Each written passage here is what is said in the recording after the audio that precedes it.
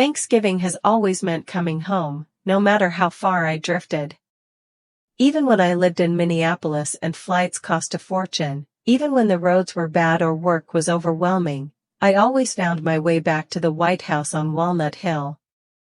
This year, though, as I steered my car through a curtain of Pittsburgh fog, the sense of homecoming felt thinner, like a tablecloth after too many washes. The pie sat next to me on the passenger seat, its warmth a small comfort against the late November chill. Every year, I made Mom's old pumpkin pie recipe with the extra nutmeg and just a splash of maple syrup, the way she liked.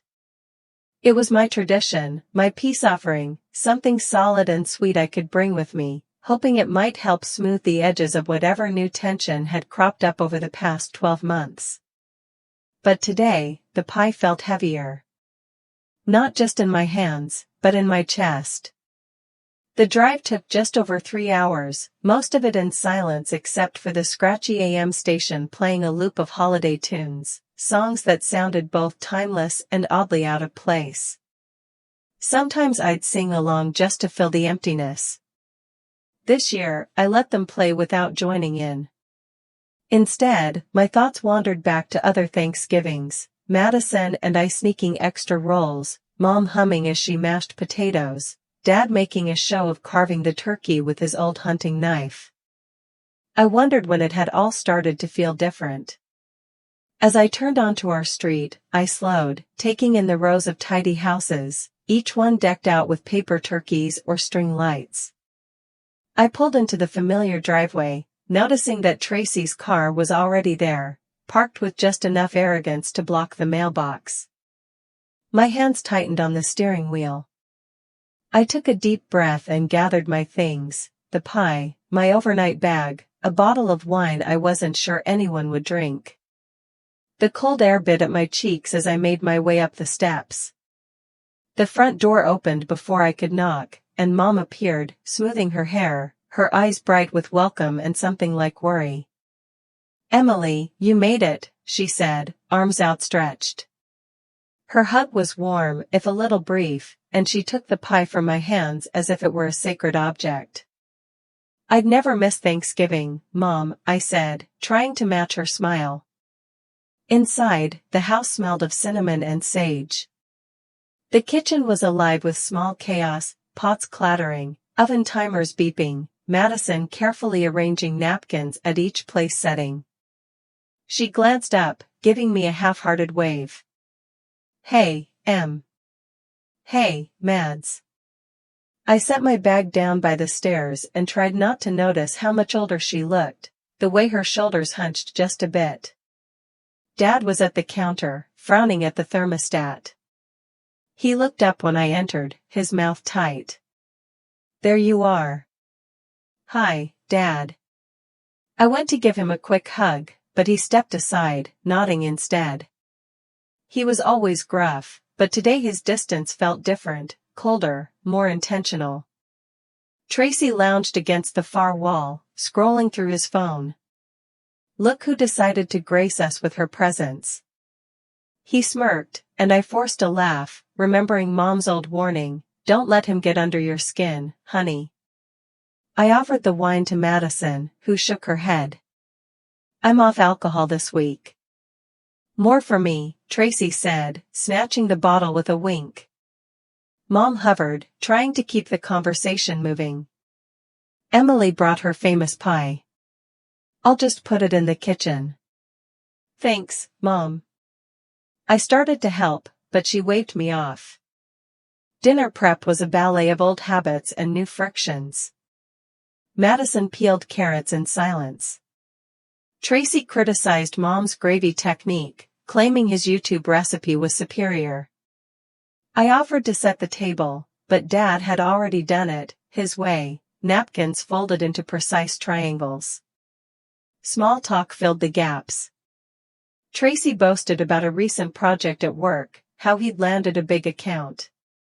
Dad asked about my job, but his tone was more skeptical than curious. Madison barely spoke, lost in thought or just trying to disappear. After a while, I excused myself and wandered into the living room. The mantel still held our childhood photos, Madison missing her front teeth, Tracy in a Little League uniform, me with a bowl haircut and the world's biggest grin. I lingered by the fireplace, letting the warmth soak into my hands. Mom called us to the table, and we gathered, 5 people, each performing their part. The crystal dish with stuffing appeared, the good china glinted in the light. We bowed our heads for grace, Dad reciting the same blessing he'd used since I was small. For family, for health, for the roof over our heads, he intoned. His voice caught, just for a second. Dinner started quietly. Forks scraped plates, and conversation sputtered along. How was the drive? How was work? Had I thought about moving back to Pittsburgh? City life must be expensive, Dad mused. It has its moments, I replied, careful not to sound defensive. Tracy smirked. You must be rolling in it by now, Em. All those big accounts. Tracy. Mom's voice was gentle but firm, her eyes pleading with him to let it go. I changed the subject, asking Madison about her classes. She shrugged. They're fine. After dessert, the tension was thicker than the gravy. I brought the pie to the counter, offering slices, but only Mom accepted. She took a bite, closed her eyes, and smiled, a real smile this time. It's perfect, Em. Just like I remember. I watched her, hoping the pie might work its magic, might remind us all what we used to be. But as I set the empty tin on the counter, I felt the room change. Conversation stuttered, then stopped. I looked up to find Dad watching me, his knife poised above the turkey, eyes narrowed in a way I'd never seen before. Let's eat, he said, his voice colder than the November air. And for a long moment, no one moved. Grace was said, but nobody seemed thankful. We sat in the soft golden light of the dining room, the candles flickering in their crystal holders, the good china gleaming beneath a layer of nervous silence. The turkey, perfectly browned, sat untouched in the middle of the table like a peace treaty nobody wanted to sign. I glanced at the polished silverware, the folded napkins Dad had arranged so precisely, and wondered if every fork and spoon had been a distraction from the things we really didn't want to talk about. I tried to focus on the food, on the little rituals we'd always had. The cranberry sauce in its special bowl, Mom's stuffing studded with sausage and apples, the roll stacked high and steaming. But as I passed the gravy boat to Tracy, he caught my eye with a half smirk. So, Emily, how's life in the big city treating you? Still working those 80-hour weeks? I managed a small laugh. It's not always that bad. I try to keep a balance. Must be nice, he said, glancing at Dad. Not everyone gets to pick their own schedule, you know. Madison kept her eyes on her plate, poking at her sweet potatoes with the back of her fork. Mom refilled water glasses, careful not to let them spill, her hands trembling just a little. She looked at me with a hopeful smile. Are you thinking about moving back, sweetheart? We miss having you close. Dad grunted. Some people have responsibilities. It's not all about career and travel. The memory of last year flashed through my mind, Dad's voice softer then, asking, you ever coming home for good, Em? Back then, it felt like he was teasing, a gentle nudge toward something familiar. But now, it sounded like an accusation, as if my absence was some kind of betrayal. I set my fork down, careful not to let my voice crack. I like my job, Dad. It's meaningful work. He shrugged, carving a slice of turkey with slow deliberation. As long as it makes you happy. Tracy reached for more stuffing. Heard you helped Mom with her banking this year.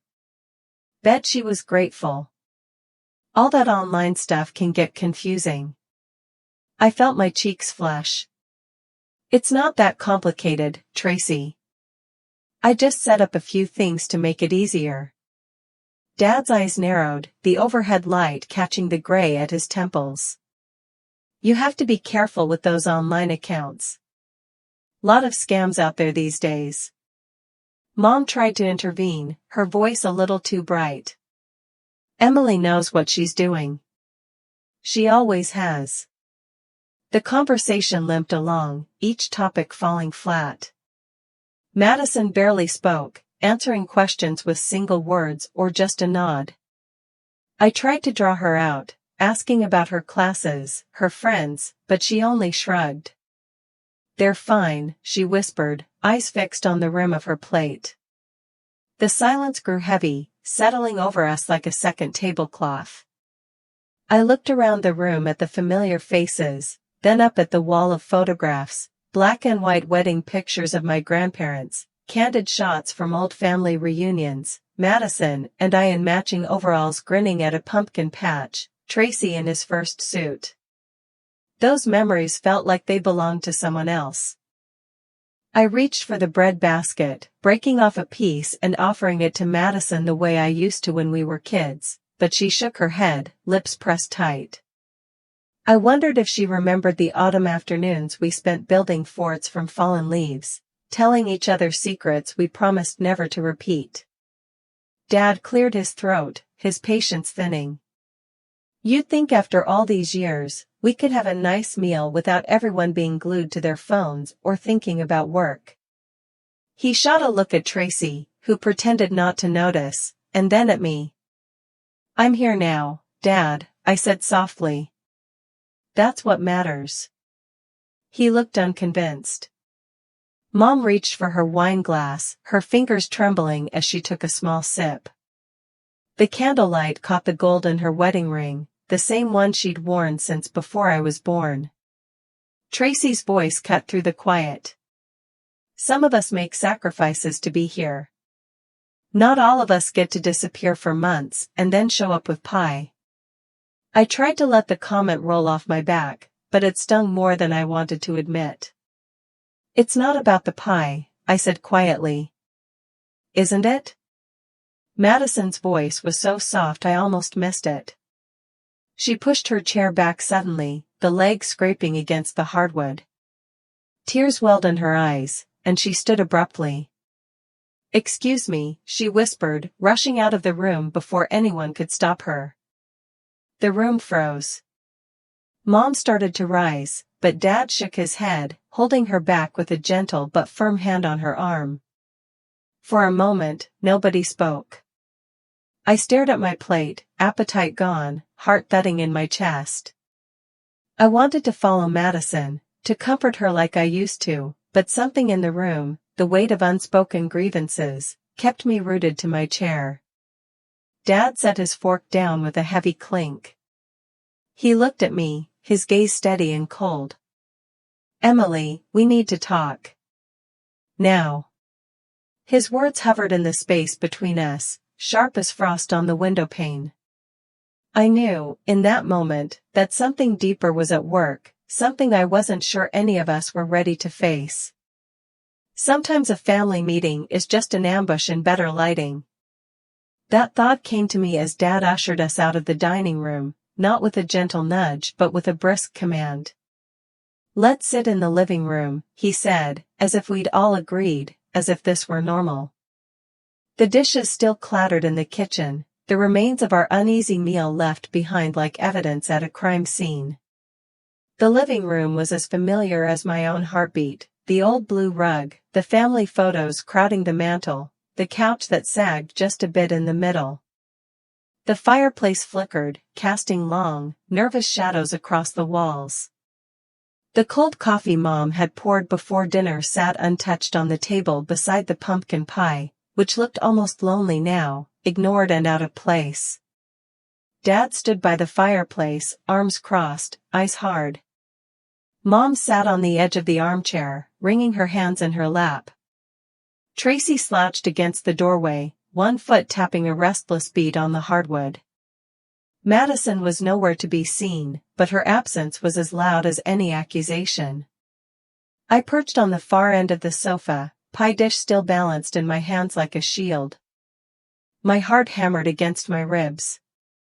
This wasn't a family gathering, it was a trial. Dad's voice broke the silence. Emily, we need to address something important. Something that concerns your mother, and all of us. I searched his face for some sign of warmth, a hint that this was a misunderstanding. Instead, I saw only resolve. Tracy stepped forward, holding a printout in his hand. We have some questions about Mom's bank account. There have been some large withdrawals, $50,000, to be exact. And they happened after you helped Mom set up her online banking.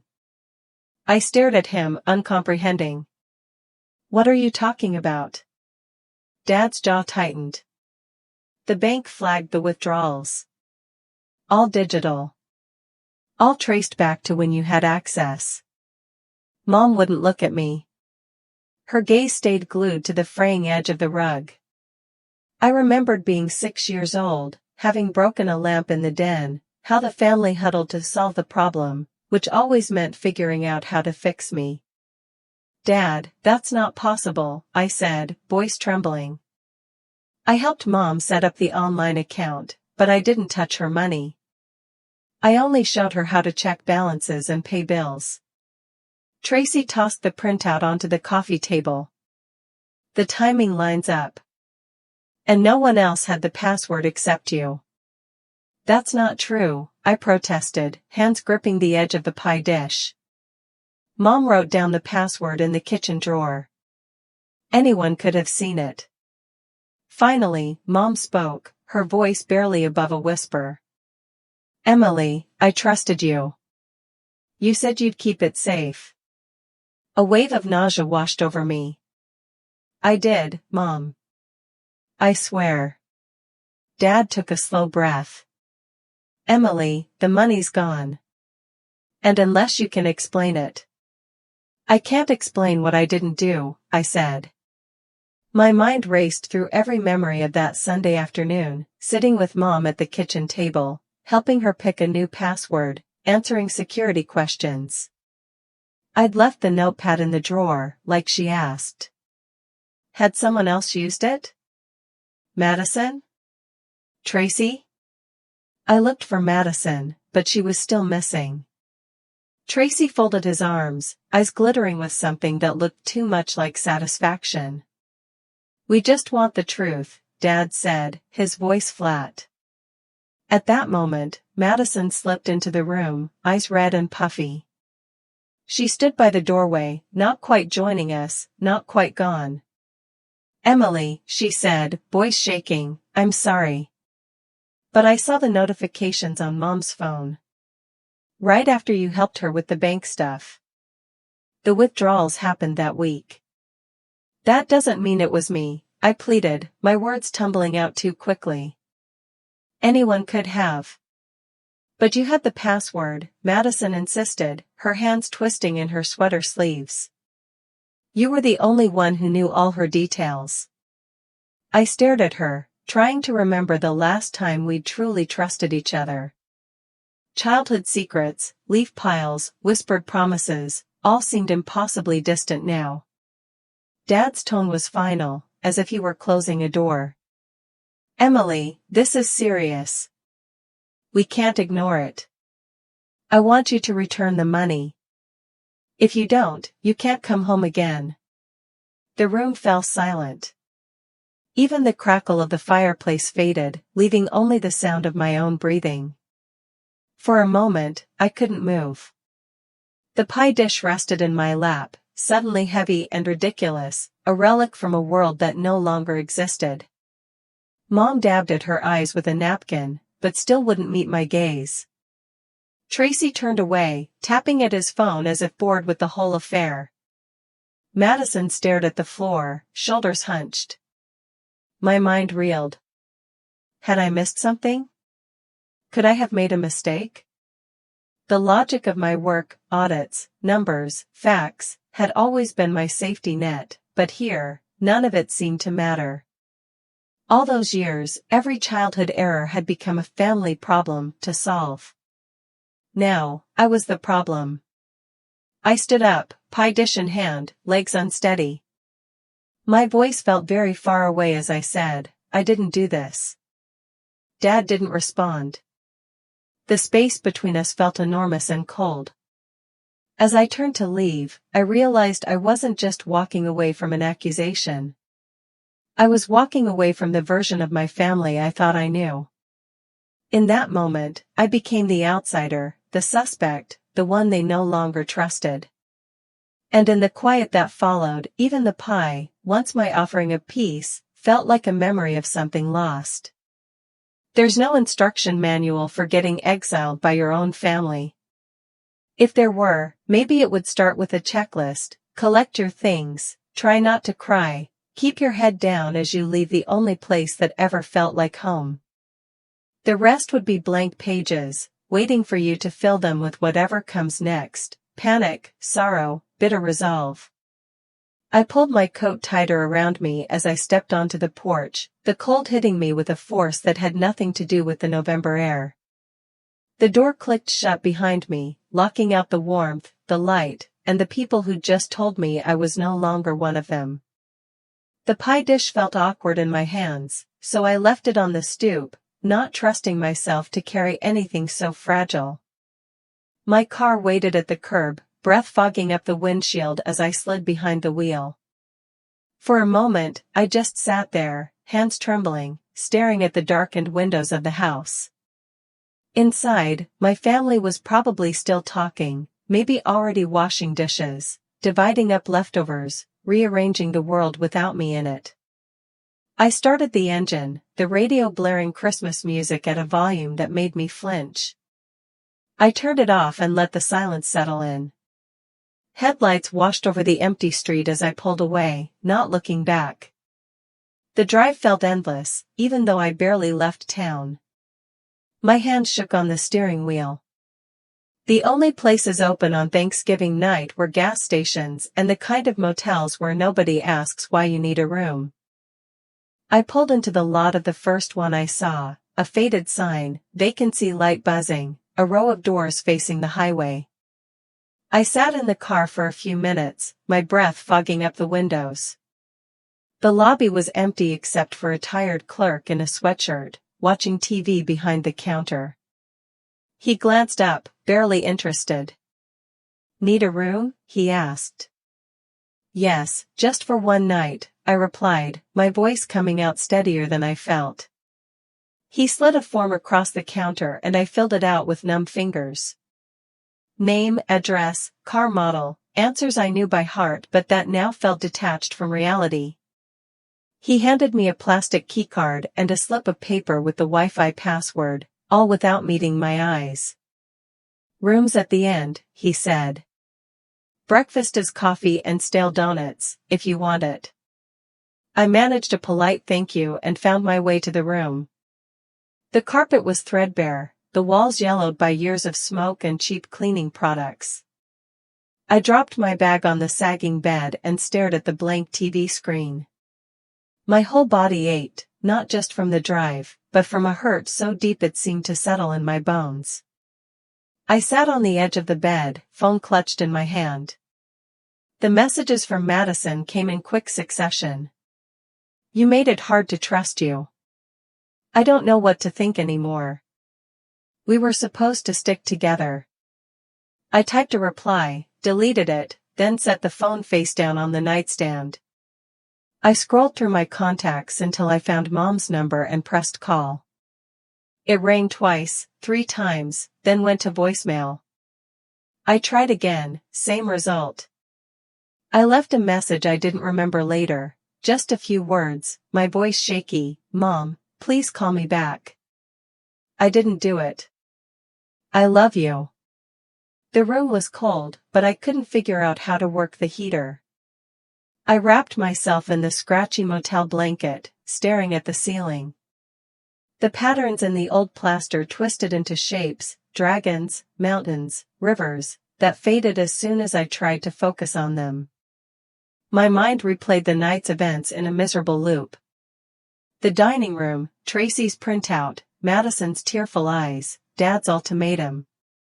I was a forensic accountant, trusted with millions in audits, but in my own family, none of that mattered.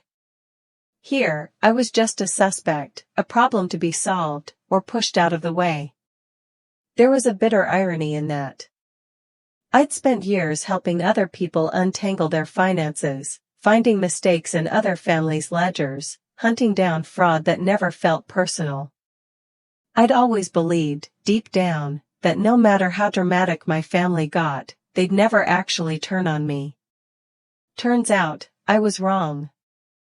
I stared at the lock screen on my phone, a photo from years ago, Madison and me laughing at a pumpkin patch, cheeks red from the cold, arms slung around each other. I wanted to go back, to erase everything that came after. But there's no way to turn back time, no neat solution when the people who raised you decide you're not welcome anymore. The pie recipe was still open on my phone, the notes I'd made over the years, more nutmeg, bake 10 extra minutes, let cool on the porch. I couldn't bring myself to delete it. Maybe it was proof that once, things had been different. Or maybe it was just another relic of a home I'd lost. The clock on the nightstand ticked loudly, counting down the hours until morning. I paced the room, trying to wear a groove in the carpet, willing myself to think rationally. My training kicked in, a habit of looking for patterns, for answers hidden in plain sight. If they thought I was the villain, maybe I needed to act like an investigator. Not out of spite, but out of necessity. I couldn't let this accusation hang over me, not when my whole life had been built on trust, on doing things right. The truth was out there, buried in numbers, in records, in details everyone else had missed. I sat down at the small desk, plugging in my laptop, the plastic keycard humming faintly in my pocket. I logged on to the motel Wi-Fi, slow, but serviceable, and opened a blank document. The cursor blinked, waiting. Taking a steadying breath, I typed my first search, Greenleaf Mutual Transaction History. Outside, trucks rumbled past on the highway, carrying strangers home to places they still belonged. Inside, I was alone, but for the first time that night, I felt a flicker of purpose. If this was exile, I would at least go down fighting for the truth. Money never just disappears. It always leaves a trail. I woke before sunrise, motel lights seeping in through the thin curtains, painting pale stripes across the scratchy bedspread. The pie recipe was still open on my phone, my stubborn little relic from a different life. I closed it gently, thumb hovering over delete but choosing, again, not to let go. The room was cold and stale, but the world outside was even colder. I made coffee with the battered Keurig, the taste harsh and overbrewed, but I welcomed the burn. The motel's tiny table became my makeshift office, receipts fanned out like playing cards, a battered legal pad, my company laptop, my phone set on Do Not Disturb. At the edge of the table, I propped up a faded photo of Mom and me from years ago, both of us flour-dusted, laughing over the first pie I'd ever made solo. That was the last Thanksgiving before everything grew complicated. My years in forensic accounting had taught me a simple truth: follow what everyone else ignores. The answer is always in the details. I scrolled through my contacts, found Theo's number. Theo had always been a steady voice at work, the kind of person who liked rules and hated office gossip. He picked up on the second ring, sounding surprised to hear from me on a holiday weekend. "Emily? Everything all right?" I forced a neutral tone. "Just need a little favor. Off the record. Do you have access to the Greenleaf Mutual logs from last month? There's a situation with my mom's account. I can't get the family to believe me, and, well, I need proof." A pause, then his measured reply. "Technically, that's a gray area. But for you? I'll see what I can do. Send me the date range and any names you want flagged." I emailed him the details, hands only shaking a little as I typed. While I waited, I started my own spreadsheet, withdrawal amounts, dates, times. I pulled up my mom's old emails, the ones she'd forwarded me whenever she worried about strange charges or too many passwords. I cross-checked them with my own notes from the day I'd helped her set up the account, remembering how she'd written everything down in a floral notepad and tucked it into the kitchen drawer. Anyone could have found it. Anyone. Theo replied within the hour, data dump attached, his message brief, don't get me fired. I sifted through the transactions, each entry a heartbeat in a story only I seemed to care about. There were 3 big withdrawals, $20,000, then $15,000, then another $15,000, each spaced about 5 days apart. They were all made during banking hours, which already struck me as odd. Mom hated crowds and always managed bills online or after work. Curious, I pulled up my family's group calendar, another artifact of old routines. I remembered the week of the first withdrawal. Mom had been at the hospital for some tests, and Madison had volunteered to stay with her overnight. The second date, Tracy had driven Mom to a doctor's appointment and then run errands in her car. I jotted down the overlap, names, places, times. Patterns emerged. Whenever money left the account, either Madison or Tracy had been nearby, never me. I texted Theo again, pushing my luck. Can you get me teller logs or security video? I need to know who made the withdrawals. The answer took longer this time, but he came through. A zip file of grainy camera stills, time-stamped and catalogued, each withdrawal caught in fuzzy black and white. The first image was a young woman in a hoodie and sunglasses, holding up what looked like Mom's ID. She pulled her mask down to speak to the teller. My heart clenched, it was Madison. I recognized the nervous fidget, the way she tapped her fingers on the counter, the curve of her jaw. I scrolled to the next file. A man, taller, bolder, Tracy. No sunglasses, no hesitation. He signed a form with the same looping script he used on birthday cards, joked with the teller, left with a satisfied grin. The final withdrawal, Madison again. Same hoodie, different day. Her hand trembled as she signed, but there was no doubt it was her. I stared at the images, numb with betrayal. This was my family. The people who once stayed up late with me, baking pies, wrapping Christmas gifts, promising nothing would ever come between us. The cold motel air seeped in, but I barely felt it. I pushed aside my coffee cup, shoving the faded family photo face down. The pie, the one I'd left behind, sat untouched on their counter, as useless as I felt now. A piece of myself, abandoned. I spent the next hour cross-referencing data, piecing together the timeline, making sure I hadn't missed anything. The Wi-Fi log from home showed a strange login just after I'd left that Sunday. It wasn't from Mom's phone or mine. The IP address matched the tablet Madison used for Netflix. The password reset email had gone to a backup address, one I didn't recognize, but later I found in Tracy's old job applications. The clues were there, if anyone had cared to look. No one did. Theo pinged me one last time, you good?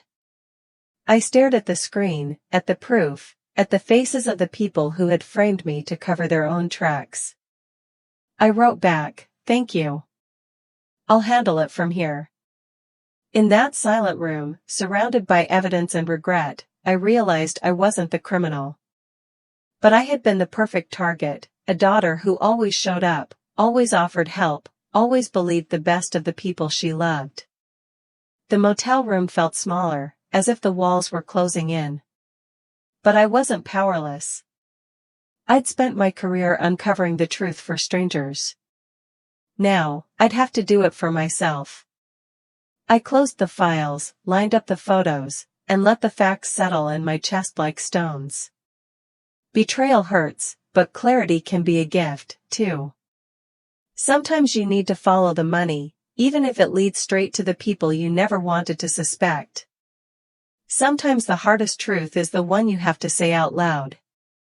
I'd spent most of Sunday night and all of Monday morning rehearsing the words, replaying every possible version of the confrontation in my head. I'd always been good with details, at work, at least. At home, the truth had a way of getting tangled up in old hurts, silent glances, and things we all pretended not to see. But this time, there was no more pretending. By mid-afternoon, I was in the car again, folder resting in the passenger seat, suit jacket a little too stiff for comfort. The late autumn sun slanted through the trees, burnishing the old neighborhood gold and amber. My childhood street looked unchanged, leaves raked into perfect piles, the same faded scarecrow grinning from a neighbor's porch. Our house was quiet, but every window glowed with light, as if it was bracing itself for a storm. I parked at the curb and sat for a moment, gathering myself, watching the breeze stir the piles of leaves. My palms were damp. I thought of something Dad used to say, a line he repeated any time trouble brewed. In this family, we face problems head-on. I wondered if he would still say it now, or if the words had turned to dust. The front door wasn't locked. I let myself in, closing it gently behind me. The air was thick with the smell of roast chicken and rosemary, comforting, but it felt false, like a play staged for an audience that wasn't coming. I could hear voices in the kitchen, low and cautious. My heart hammered as I stepped inside. They were all there, Dad at the stove, wooden spoon in hand, Mom by the sink, drying a dish with slow, careful movements, Madison perched on a stool, arms wrapped around herself, Tracy leaning against the fridge, face unreadable. The room fell silent as I entered. 4 pairs of eyes turned toward me, each carrying a different kind of dread. I set the black folder on the island, where we used to roll out cookie dough, and opened it with deliberate care. For a moment, no one spoke. "I know you think I took the money," I began, my voice steadier than I felt. "But I didn't. And I can prove it." Dad's brow furrowed. "Emily, this isn't easy for any of us." I held up a hand, not unkindly. "Let me finish. Please." I laid out the first photo, a grainy still from the bank's camera, Madison in a hoodie and sunglasses, signing a withdrawal slip. The date and time printed in the corner. October 10th. 20,000, not online. In person. No one moved. Madison stared at the counter, her jaw tight. Next, a photo of Tracy, grinning at the teller, pen poised over a form. October 15th. 15,000, same branch. Tracy rolled his eyes, arms crossing in defiance, but he didn't say a word. I placed the teller receipts beside the photos, then a printout showing the login from the family's home Wi-Fi, Madison's tablet, not Mom's phone. At an hour I was 200 miles away. Mom's hand shook as she reached for the papers, scanning the evidence, lips moving in silent disbelief. Dad stared at the table, the muscles in his jaw twitching. I felt oddly detached, like I was presenting a case in court, not standing in the kitchen where I'd once learned to tie my shoes. Madison finally looked up, her voice small and bitter. "You always got everything, Emily. The grades, the job, the praise. I just wanted to level the field." I studied her, really seeing her for the first time in years. Her anger wasn't new, only the shape of it had changed. "You didn't level anything," I said softly. "You burned it." Tracy shrugged, cold as ever. "She'll be fine, Mom. Emily makes more than all of us combined." It wasn't personal. I let out a breath, a shiver of something colder than fear running through me.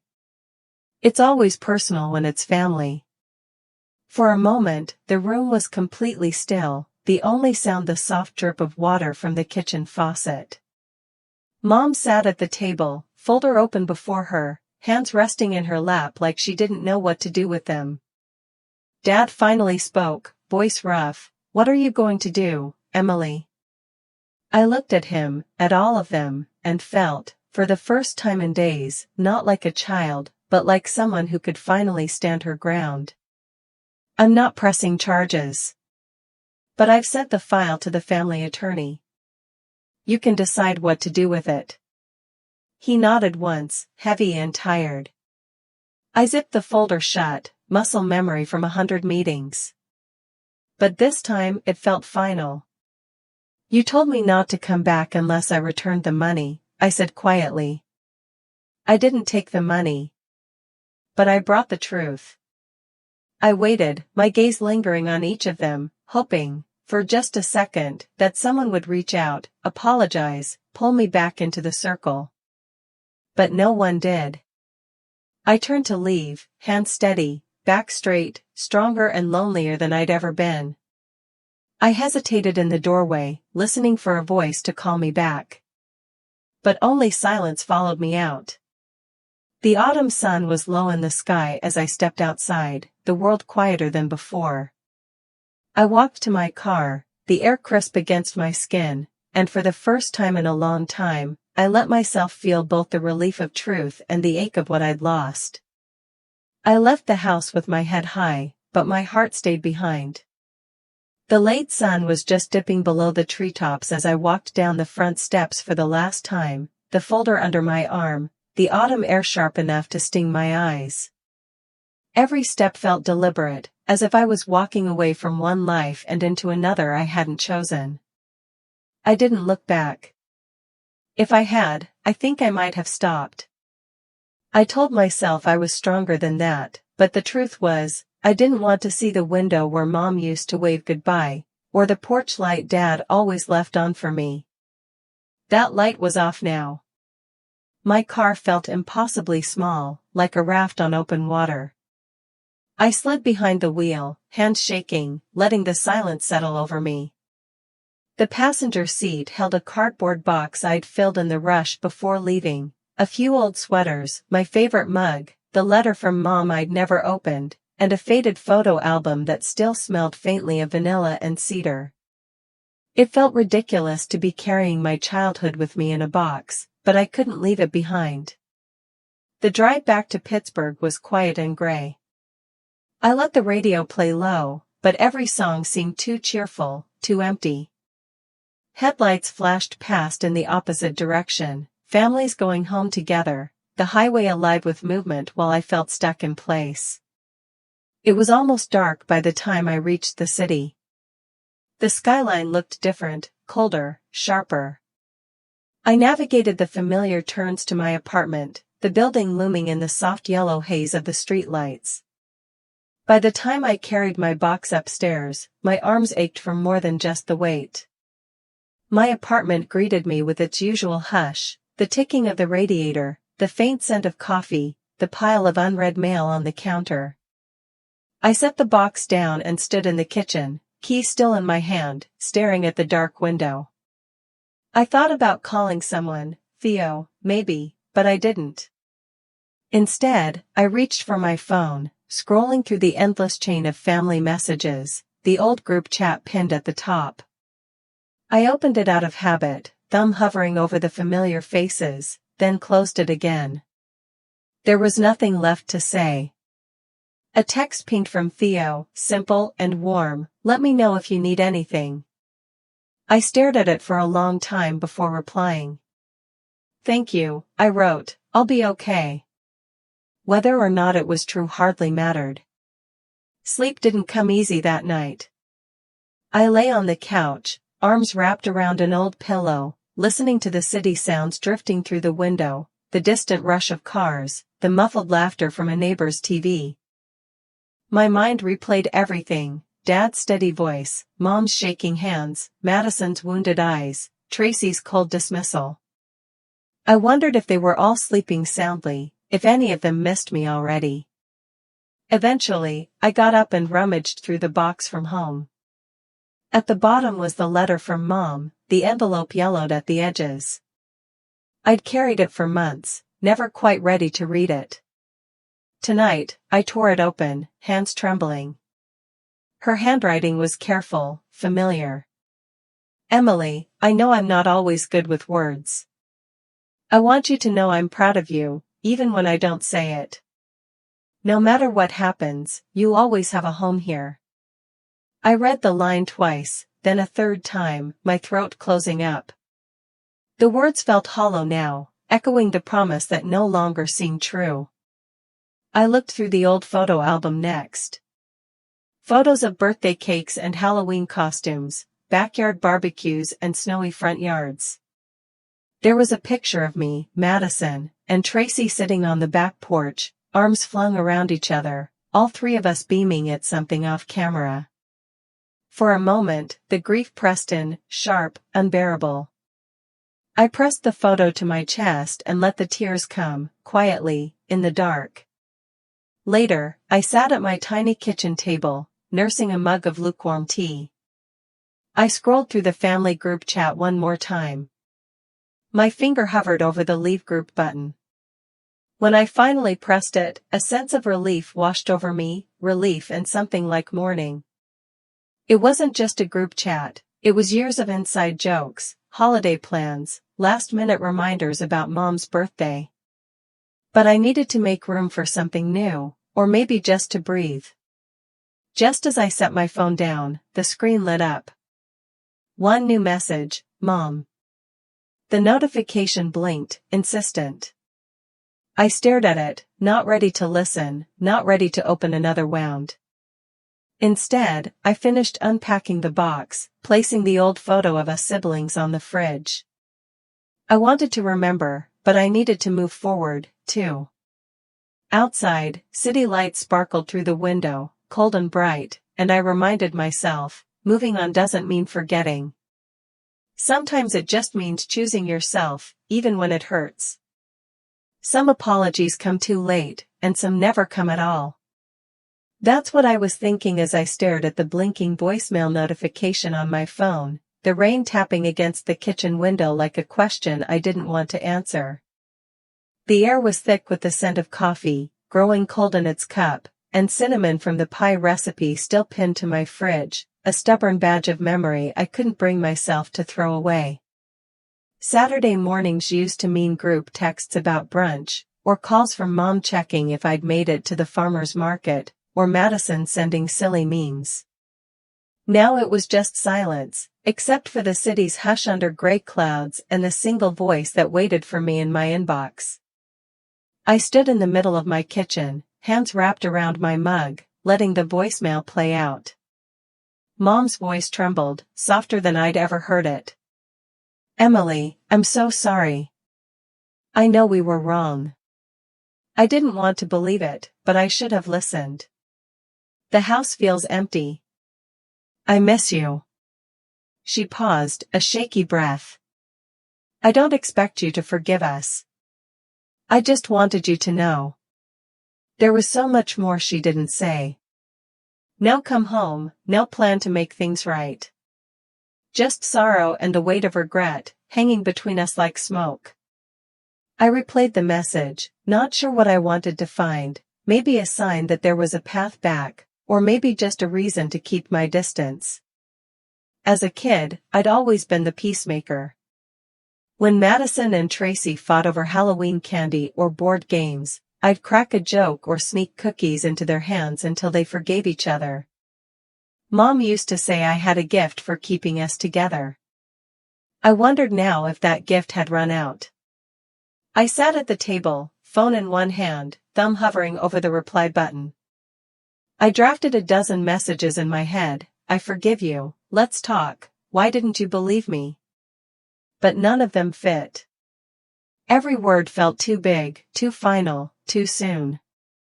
I typed out, I miss you too, then erased it. Typed, it's not that simple, then erased that as well. The pie recipe caught my eye. Mom's handwriting, faded and spidery, extra nutmeg for luck. I decided to bake, if only to fill the silence. The ritual was comforting, mixing flour, measuring sugar, whisking eggs, but when the pie came out of the oven, golden and fragrant, it felt like an imitation of something lost. I cut a slice, tasted it, and found it bland, the sweetness dulled by memory. The city was still damp when I slipped outside, umbrella in hand, shoes splashing in puddles. I walked for hours, letting the rain blur the edges of my loneliness. People hurried by with their own umbrellas, their own burdens. I watched a mother lift her toddler over a puddle, saw an older couple sharing a croissant in a bakery window, their laughter warm and familiar. The world kept turning, indifferent to my exile. By late afternoon, I returned home, the ache in my chest settling into something quieter. I set the rest of the pie on the counter, washed the dishes, and watched the rain streak down the window. Eventually, I sat down again with my phone. This time, I wrote simply, "Thank you for calling. I need time," and hit send before I could second-guess myself. The relief was almost immediate, a gentle loosening in my shoulders. It wasn't forgiveness, not yet, but it was a step. I knew Mom would understand, at least, I hoped she would. As I started to clear the table, I noticed something wedged in the mailbox beside the door, a letter, the envelope soft and familiar, postmarked from home. My heart leapt and then steadied, unsure if it was hope or dread. I set the letter on the counter, staring at it for a long moment. The kitchen felt a little less empty, but also a little more fragile. I didn't open it, not yet. Sometimes it's enough to know that, somewhere, the lines are still open, even if you're not ready to speak. The rain eased up as evening fell, leaving the city washed and new. I stood at the window, watching the streetlights flicker on, and reminded myself, healing doesn't come all at once. Sometimes it comes as slowly as a letter, finding its way home after all this time. Grief isn't always loud, sometimes it just sits quietly at your kitchen table. It doesn't howl or break windows. Most days, it's as silent as the hum of the fridge, the faint click of a radiator, the dust motes swirling in the pale winter light. I moved through December like a ghost in my own apartment, making coffee, answering emails, taking out the trash. The world outside was festooned with twinkling lights, but inside my home, the boxes of old decorations stayed untouched, stacked in the closet where I couldn't see them. I tried to keep busy. I volunteered for every end-of-year audit at work, logged late hours at my desk, and found excuses to duck out of group lunches and secret Santa exchanges. My coworkers noticed, but they were kind enough not to ask. Mrs. Fletcher from down the hall left cookies outside my door, wrapped in cellophane with a bow, and when I ran into her by the mailbox, she just squeezed my hand and smiled in that knowing way older women have. Most evenings, I let myself drift back to the letter waiting on the counter. For a while, I couldn't bring myself to open it. Instead, I stared at the envelope over bowls of soup and half-finished books, telling myself I'd read it when I was ready. The city grew colder. Snow started to fall, muffling car horns and covering the sidewalks with a soft hush. On the first night the snow stuck, I finally slid my thumb under the flap. Inside was a photograph, one I'd almost forgotten existed. The three of us, years ago, crammed onto the back porch in homemade Halloween costumes, Madison with tinfoil wings, Tracy in a red-painted box, me grinning with straw sticking out from my cuffs. We looked happy, easy in each other's company, the kind of happiness that seems impossible to lose when you're young. On the back, in Mom's careful script, was a single line, "We didn't know how much we would miss you until you were gone." For the first time since Thanksgiving, I let myself cry. It wasn't dramatic or cathartic, just quiet, hot tears that crept down my cheeks and surprised me by how long they lasted. When I was done, I pressed the photo flat on the table and rested my forehead beside it, breathing in the faint, musty scent of old paper. After that, I tried to piece my life together again. I got up early and made oatmeal. I watered my tired little houseplant and changed the sheets. I called Mrs. Fletcher one morning and invited her in for coffee, and she brought a tin of gingerbread men and told me stories about her grandchildren. I listened, grateful for the simple, undemanding company. The city rolled on without me. Every corner store blared Christmas music, every window framed with lights. I passed cheerful groups on my way to work, arms linked, laughter rising in clouds of breath, but I kept my head down and walked a little faster.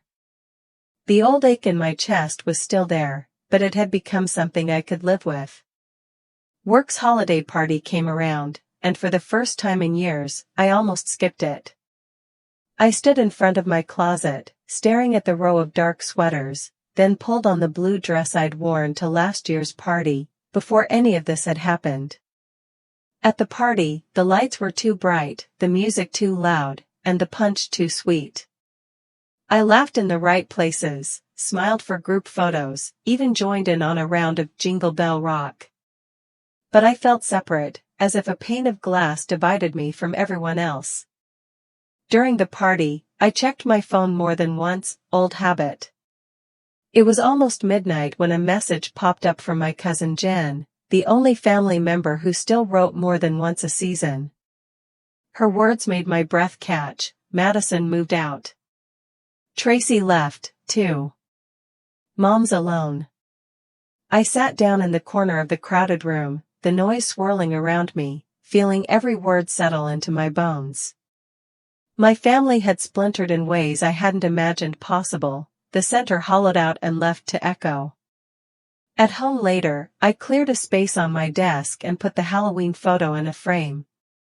I stared at our smiling faces, searching for signs of what was to come, but all I saw was a brief, perfect moment when we'd all been safe, together and unbroken. The city outside glowed with celebration, but I let my own apartment stay dim. I wasn't ready for new lights, not yet. Grief, I realized, could be gentle. It could linger like a shadow, or settle into the quiet routines of winter. Maybe that was its own kind of peace. Sometimes healing begins with helping someone else. It's something I used to say to clients at work, one of those tidy, reassuring lines you hoped might stick. But it wasn't until that January, standing in front of a room full of strangers at the community college, that I started to believe it for myself. The winter was harsher than usual. The city felt frozen at the edges, sidewalks slick with dirty snow, the air sharp enough to sting my cheeks as I hurried from the parking lot to the college entrance. I had agreed to lead a seminar on financial protection for older adults, a small volunteer program I'd signed up for in a fit of restlessness, desperate to channel my skills into something good. The application had asked for a reason for volunteering, and I'd typed, "I want to give back." That wasn't the whole truth, but it was enough to get me through the door. Inside, I found the classroom bright and too warm, the radiators clanking in the corner. A dozen people sat waiting, some in heavy coats, others in bright sweaters, hands folded over notebooks. A few chatted quietly, most just watched me set up, their faces open and expectant. I spread out my handouts, clicked the old projector to life, and tried to ignore the flutter in my stomach. In my seminar folder, tucked behind my outline, was Mom's pie recipe. I didn't plan to show it to anyone, but I liked knowing it was there, a reminder of where I came from, of rituals that once felt unbreakable. I started the session, stumbling a bit over my words at first. "Hi, I'm Emily," I said, voice too soft. "Today we'll talk about protecting your savings from scams, and ways to keep your information safe." As I spoke, I found my rhythm, the same voice I'd used for years in boardrooms and conference calls, only gentler now. I explained phishing emails, described the warning signs of suspicious withdrawals, showed them how to set secure passwords and how to ask their banks for help without feeling embarrassed. The group listened closely, nodding, sometimes jotting notes, sometimes interrupting with worried questions about their own stories. Halfway through, a man in a plaid shirt raised his hand. What if it's your own kids you have to worry about? His question hung in the air, and for a moment, I forgot how to breathe. I answered honestly, family can be complicated. But trust and caution aren't enemies. It's okay to protect yourself, even from those you love. My voice wavered, but no one seemed to mind. At the end of the seminar, as people gathered their coats and thanked me, an older woman stayed behind. She smiled, holding out her wrinkled hand. You have a gift, dear.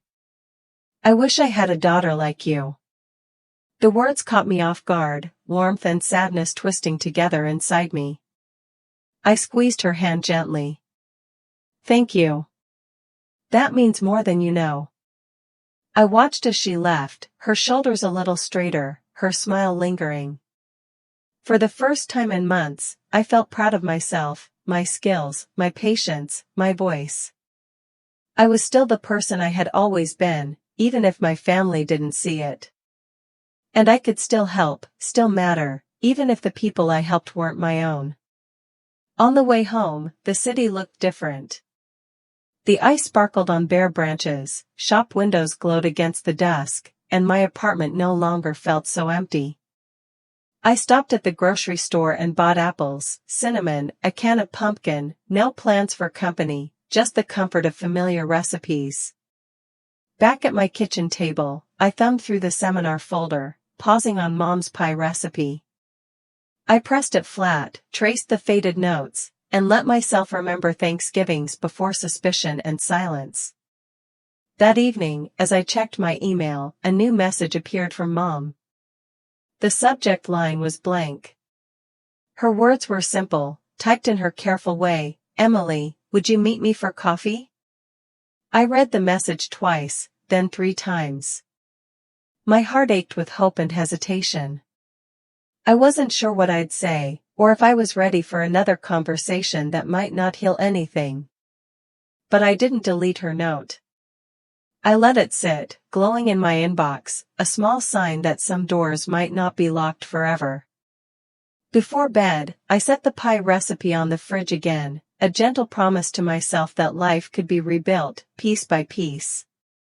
Sometimes with family, sometimes with strangers, sometimes with only the quiet assurance that I was still here, still myself, and still moving forward. Some bridges burn quietly, but others can be rebuilt if you're brave enough to try. I told myself that as I walked through the brittle gray of a Pittsburgh winter afternoon, bundled in my warmest coat, nerves strung tight beneath my layers. The city was muffled under low clouds and lingering slush, the kind of day when most people hurry from place to place, heads down, eyes on the ground. But I moved slowly, making my way toward the coffee shop on the corner where Mom had asked to meet. We hadn't seen each other in months, not since the night everything fell apart. The invitation had sat in my inbox for days before I replied, okay. Let's talk. Now, as I neared the cafe, I felt 100 different things at once, hope, dread, longing, an ache for something I couldn't quite name. Inside, the coffee shop was warm, the air heavy with the scent of espresso and cinnamon. I spotted Mom by the window, hunched over a chipped mug, her hands wrapped tight around it. She looked smaller somehow, older. As I slipped into the seat across from her, the weight of all our silences pressed in. Hi, Mom, I said, voice softer than I intended. She smiled, tentative. Hi, Em. Thank you for coming. There was a long pause. Outside, snow began to fall in the slow, deliberate way it sometimes does in January, each flake distinct, making the city seem softer, gentler. We started with small talk, the weather, the bus schedule, a new bakery opening down the street. But the real conversation hovered in the space between us, waiting. Finally, Mom set her mug down, her fingers trembling just a little. I haven't spoken to Madison or Tracy, she said quietly. Not since everything happened. I don't know how to fix it. The house is so empty now. I keep thinking about when you three were little, running through the kitchen, fighting over who got the last slice of pie." Her words trailed off, and for a moment, she stared past me, eyes damp and distant. "I was wrong, Emily. I should have trusted you. I'm sorry. I know sorry doesn't fix what I did. I wish I could take it all back, but," she shook her head. "I just needed you to know I'm not expecting you to forgive me. I just needed to say it. To your face." I listened, the ache in my chest settling into something quieter. "You hurt me," I said, voice trembling. "All of you did. I kept trying to make things right, even when nobody believed me. I can't forget that." Mom nodded, not trying to interrupt. "You don't have to." I looked down at my hands, folded in my lap. "I don't know if I can come back. Not like before. Too much has changed." A smile flickered at the edges of her mouth, sad but real. "I understand. Sometimes you can't go back. You can only move forward." We sat for a while, not needing to fill the silence. She talked about her new routine, how she started knitting again, how she joined a book club at the library, how the neighbors sometimes brought her casseroles just in case. She told me she missed the noise, the mess, the way our lives used to overlap in ordinary ways. I told her about my classes at the community college, about the seminar, about Mrs. Fletcher and her gingerbread cookies. It felt strange to speak about my life as if I were offering it back, piece by piece. When the conversation waned, Mom reached into her bag. "Your grandmother's recipe," she said, pressing a small, folded note into my hand. The paper was soft and creased, the handwriting looping and old-fashioned, "pumpkin pie, best with extra nutmeg." I traced the faded ink with my thumb, a rush of memory washing over me. We stood to leave, pulling on our coats, bracing for the cold. I hesitated by the door, the distance between us measured in more than steps. "I can't promise to come back," I said, looking at her for the first time in months, "but I can promise to move forward." She nodded, tears in her eyes. That's all I needed to hear. We parted at the corner, her figure retreating into the swirl of snow. I watched until she disappeared, the city closing around her. Then I started my slow walk home, the cold biting but not unbearable, the sky above brightening as the clouds broke. With the recipe note safe in my pocket, I felt lighter, still changed, still a little hollow, but ready to start again. Some bridges, I realized, don't need to be rebuilt all at once. Sometimes, it's enough to know the path is still there, waiting, whenever you're brave enough to take it. Not every family story ends with a reunion, but every ending is a beginning. I learned that in the long, quiet months after I walked away from the only home I'd ever known. Healing, it turned out, wasn't something you waited for, it was something you chose, again and again, with small acts of care, new rituals, and the courage to believe in another kind of future. Late winter in Pittsburgh is a study in patience. The city thaws slowly, streets edged with melting snow and bursts of crocus pushing through the gray. I noticed these changes this year, the first hints of green, the way sunlight lingered a little longer at the end of each day. My apartment filled with light that reached all the way to the kitchen, warming the floors and making my world feel bigger, brighter. By now, my life had grown into new patterns. I led a second seminar at the community college, this one larger, with more faces and eager questions. The participants remembered me from before. Mrs. O'Malley brought scones, a retired bus driver cracked jokes from the back row. I stood in front of them, comfortable now, my notes neat but rarely needed. Teaching had become its own kind of balm, proof that the work I did mattered, even if the people I most wanted to help weren't ready. After class, I sometimes lingered in the hallway, chatting about recipes or the latest city news. I listened to the small anxieties and big hopes that people carried with them, feeling the invisible threads that tied us all together. A few of my students started calling me Miss Emily, as if I belonged here, and maybe I did. My relationship with Mom had settled into something quieter, steadier. We spoke every couple of weeks, our calls brief but honest, no pretending, no sweeping things under the rug. Sometimes we talked about old movies or new books, sometimes just about the weather. Madison and Tracy stayed silent, their absence a dull ache but no longer a sharp wound. I let that be, trusting that some distances were meant to keep us safe, at least for now. The old family photo, 3 kids on a porch, arms slung around each other, remained on my fridge. I stopped seeing it as proof of loss and started seeing it as a piece of history, a reminder that even fractured stories have beautiful beginnings. One chilly afternoon, I decided to bake a pie, my grandmother's recipe, the one passed down from hands much steadier than mine. I mixed the spices carefully, rolled the dough with patience, and watched as the filling bubbled gold and fragrant in the oven. When it was done, I let it cool on the counter, sunlight catching in the swirls of nutmeg on top. Instead of eating it alone, I cut generous slices and brought them to my neighbors. Mrs. Fletcher got the first piece, her delighted "oh, my," echoing down the hall. I wrapped another for a young couple on the 3rd floor, and the rest I carried to my next seminar, sharing it with the students who had slowly become something like a second family. On the anniversary of that Thanksgiving, the night the ground shifted beneath me, I sat at my kitchen table, the pie cooling beside me, pen in hand. I wrote a letter to my younger self, the girl who had once believed family was unbreakable, the woman who'd learned that survival sometimes meant starting over. I wrote, "You survived. You grew.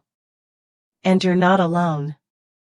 When I finished, I folded the letter and tucked it behind the photo on the fridge, a promise to honor every version of myself, hurting and healing, lost and found. That night, I stood by the window, the city alight with the glow of new beginnings, street lamps shining on slick pavement, laughter drifting from open windows, the scent of cinnamon and coffee lingering in the air. I pressed my hand to the glass, feeling the hum of life all around me. "I'm home," I said quietly, not to anyone in particular, but to the world and to myself.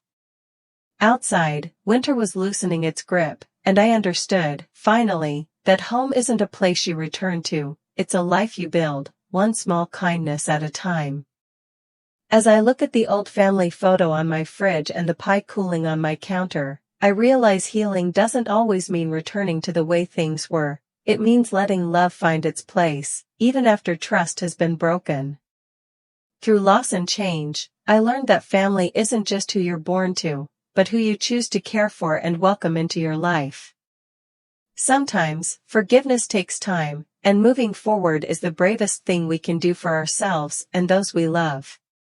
If this story has touched your heart or reminded you of your own journey, I invite you to share your thoughts or memories. In the end, a little kindness and understanding can bring us closer, no matter how far we've wandered.